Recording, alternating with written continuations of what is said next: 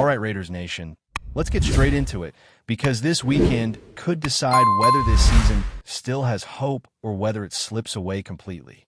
The truth is simple. If Las Vegas falls again and drops to 1 win and 4 losses, the playoff picture shrinks dramatically. History says that gives you barely a 5% chance of sneaking into the postseason. But if you pull off the victory, suddenly the odds climb to almost 30%.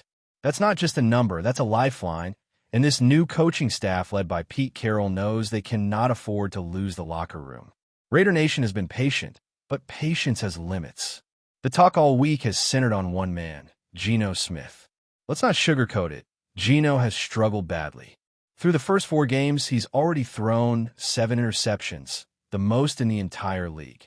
That cannot keep happening if this team wants to fight. When you compare his opening stretch with what Gardner Minshew or Jimmy Garoppolo gave their teams in similar situations, it's worse across the board. The upcoming matchup with the Colts provides a real opportunity, though.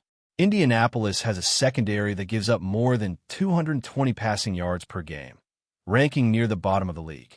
If there was ever a time for Gino to get the ball out quickly and cleanly, this is it.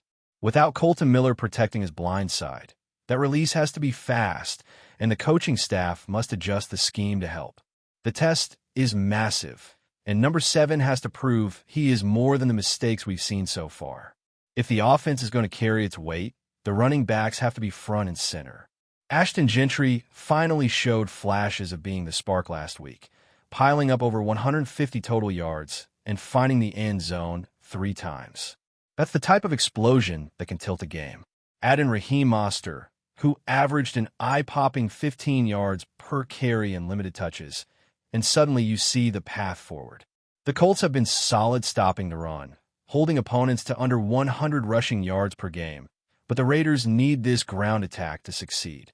With the line banged up and Miller sidelined, relying solely on deep passes is risky.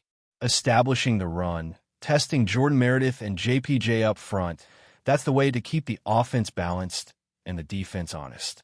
The wide receiver group is another storyline to watch. Jacoby Myers and Trey Tucker have been the primary options, but defenses are adjusting, bracketing those two and daring someone else to beat them. This week, rookies Jack Beck and Dante Thornton will be asked to step up. They'll see more snaps, more targets, and they need to deliver. The Colts have allowed one of the highest reception totals to wide receivers this season, along with multiple touchdowns, which means there will be chances. Brock Bowers is still not fully healthy, and Michael Mayer is working his way back from the concussion protocol, so the rookies could be the difference between a stagnant offense and one that finally finds rhythm. Tight end usage also deserves attention. The Raiders leaned into 2 tight end sets against Chicago, and it paid off, giving extra protection on the edges while still creating mismatches in the passing game. If Bowers isn't fully capable of stretching the field, lining him up at wide receiver while using Ian Thomas and Michael Mayer together could be a creative solution.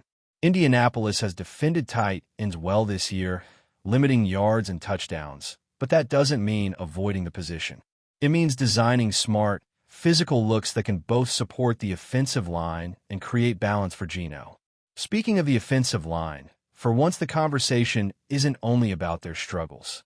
Against the Bears, despite missing Miller, the unit allowed just 3 pressures all game.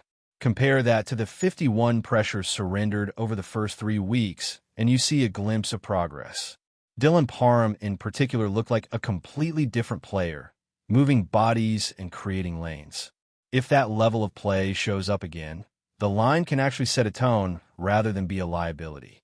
Still, facing a Colts defense with 10 sacks on the season, tied near the top half of the league, the margin for error is small.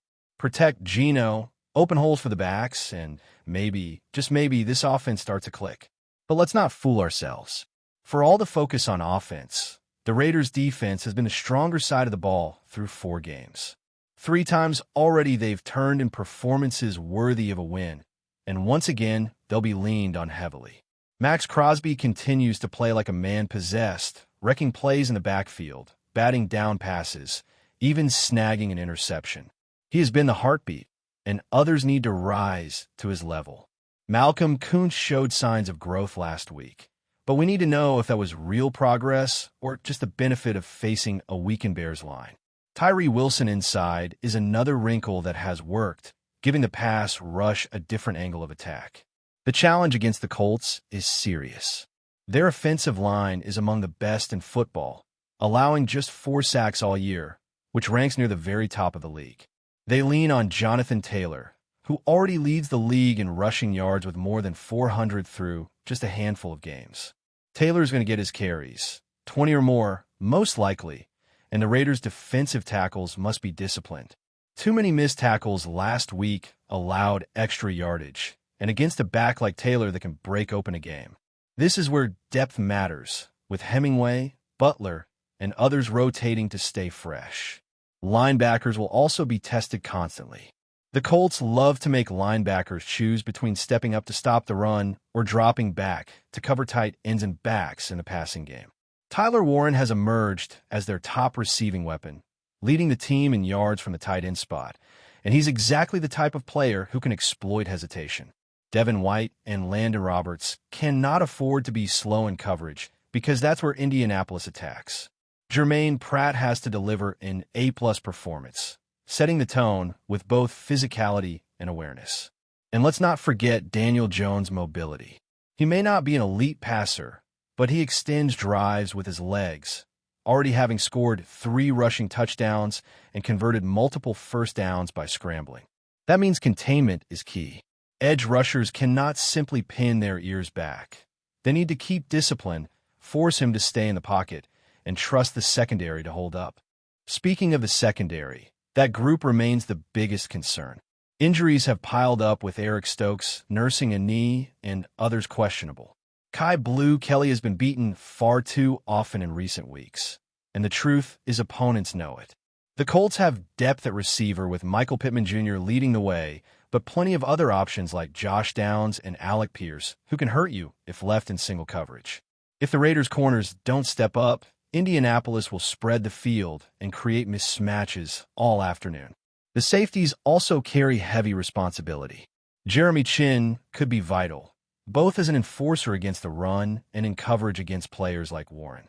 Meanwhile, Isaiah Polamau continues to be misused at free safety, ranking dead last in coverage metrics. Until he's placed in a role that suits his strengths as a strong safety, the back end will remain vulnerable. And against a team that leads the league in explosive plays of 40 yards or more, one mistake deep could be devastating. Special teams, too, cannot be overlooked. Last week's blocked field goal against Chicago was the defining play, and it came down to miscommunication and a replacement player being asked to do a critical job. The details matter. On the flip side, the Colts have one of the most reliable kickers in football right now, Spencer Schrader, who has hit 13 of 14 attempts. They will gladly take points whenever drives stall. For the Raiders, starting strong and avoiding early deficits is essential because giving Indianapolis a lead lets them lean on Taylor and grind away the clock. So here we are, heading into this crucial matchup. The Raiders sit at 1 win and 3 losses, knowing that a victory here keeps hope alive and a defeat pushes them closer to a lost season. The questions are everywhere. Can Gino Smith steady himself and protect the ball? Can the young receivers give this offense a spark? Can the defense continue to play with grit and contain Taylor? Raider Nation is anxious, and honestly, confidence isn't high. Some might rate it a 4 out of 10, and even that feels generous. But football is unpredictable, and this team still has a chance to prove people wrong. On the defensive side of the ball, the Raiders know exactly what awaits them, and it starts with Jonathan Taylor. He is the heartbeat of this Colts offense, a runner who combines power and vision, and once he gets moving downhill, it feels like trying to stop a freight train. He already has over 400 yards on the season, and if you let him get past the line of scrimmage untouched, the odds of slowing him down shrink to nothing. This is why the front four have to set the tone from the opening snap. The tackles in particular cannot allow themselves to be pushed back 2 or 3 yards because then the linebackers are already compromised. It becomes a guessing game. Do you step up and risk the play-action pass over your head, or do you hang back and watch Taylor run through gaps? It is a simple truth. The Colts' offensive system is designed to stress your discipline and patience, and unless the Raiders win in the trenches, the rest will not matter. The pass rush is also critical, but this is not a week where sacks are easy to come by. Daniel Jones has been well protected, and Indianapolis has surrendered just a handful all year, one of the best marks in football. That does not mean the Raiders abandon pressure. It means they must find creative ways to collapse the pocket without losing contain. Max Crosby can still wreck a game, but he will need help.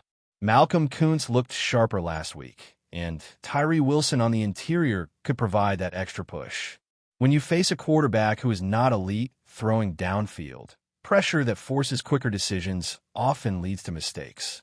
It might not show in sack numbers, but if the Raiders can force Jones to speed up his reads, there's a real chance for turnovers. The linebackers have one of the toughest jobs this week. Devin White has struggled at times in coverage, and so has Landon Roberts.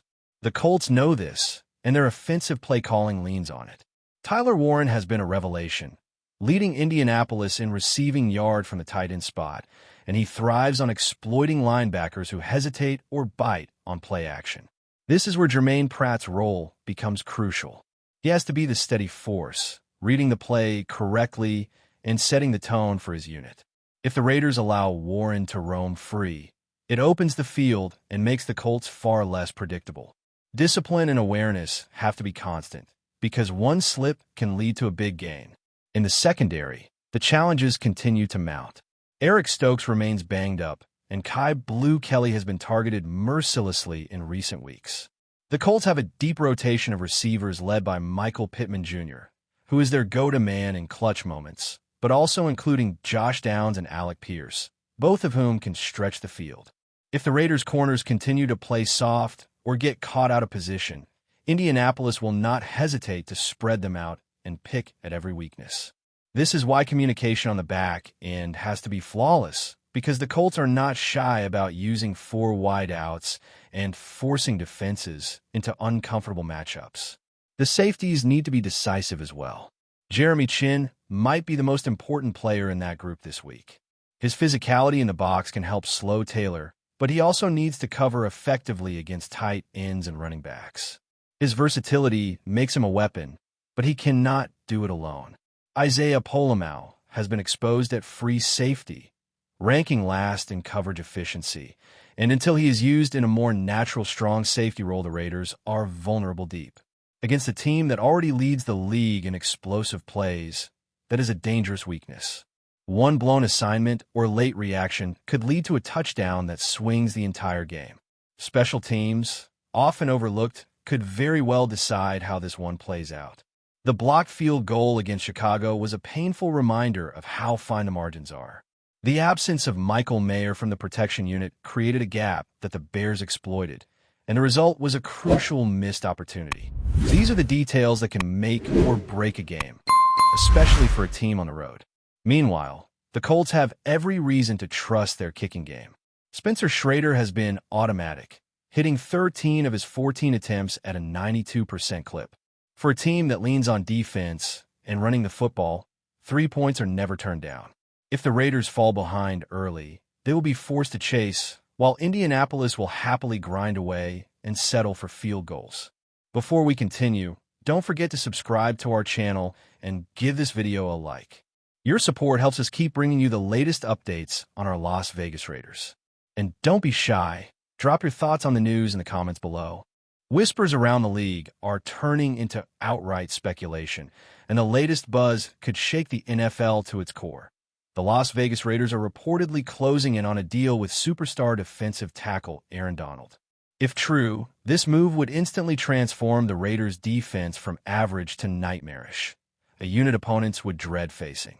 Aaron Donald, a 3-time Defensive Player of the Year and one of the most feared pass rushers in NFL history, has been the subject of trade rumors for months, but many assumed he would stay put. Now, sources hint that the Raiders' front office has made a serious push, offering a package that could finally lure the star away from his current team. Imagine a defensive line anchored by Donald, terrorizing quarterbacks from the moment the snap hits. Paired with the Raiders' already aggressive scheme, it's enough to make any offense lose sleep. The Raiders fan base has been starved for defensive dominance for years, often overshadowed by flashy offensive plays and questionable consistency. Bringing in a player like Donald wouldn't just be a statement. It would be a seismic shift in how the team is perceived. Opposing QBs would have to account for him on every snap, and offensive lines would be scrambling to find a plan, knowing that the league's most disruptive force could be lining up anywhere along the line. The rumor alone is already sparking wild speculation about how the rest of the defense might adjust. Could this lure other free agents to Las Vegas? Could it signal a full-on rebuild of the defensive core around one singular, unstoppable talent? League insiders say the move would represent a bold gamble by the Raiders' front office, a massive financial commitment. Yes, but one that could pay dividends in dominance and ticket sales alike. Fans are already buzzing on social media, debating the fit, the potential formations, and the sheer terror Donald could bring each Sunday. Analysts are scrambling to calculate how this could shift the power balance in the AFC West and even beyond. One thing seems clear. If Aaron Donald does indeed suit up in silver and black, the Raiders' defense could be less of a unit and more of a nightmare scenario for anyone who dares step onto the field. No official confirmation has come from either side yet, but in a league where rumors often spark movements before announcements, the mere possibility is enough to make coaches and quarterbacks everywhere lose a little sleep at night. Las Vegas might just be on the verge of turning its defense into the most feared in the NFL.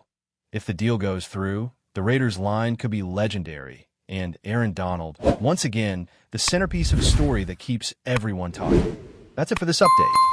If you enjoyed the video and want to stay updated with exclusive news about our Las Vegas Raiders, be sure to subscribe to our channel and hit that like button. We can't wait to hear your thoughts in the comments. See you in the next video.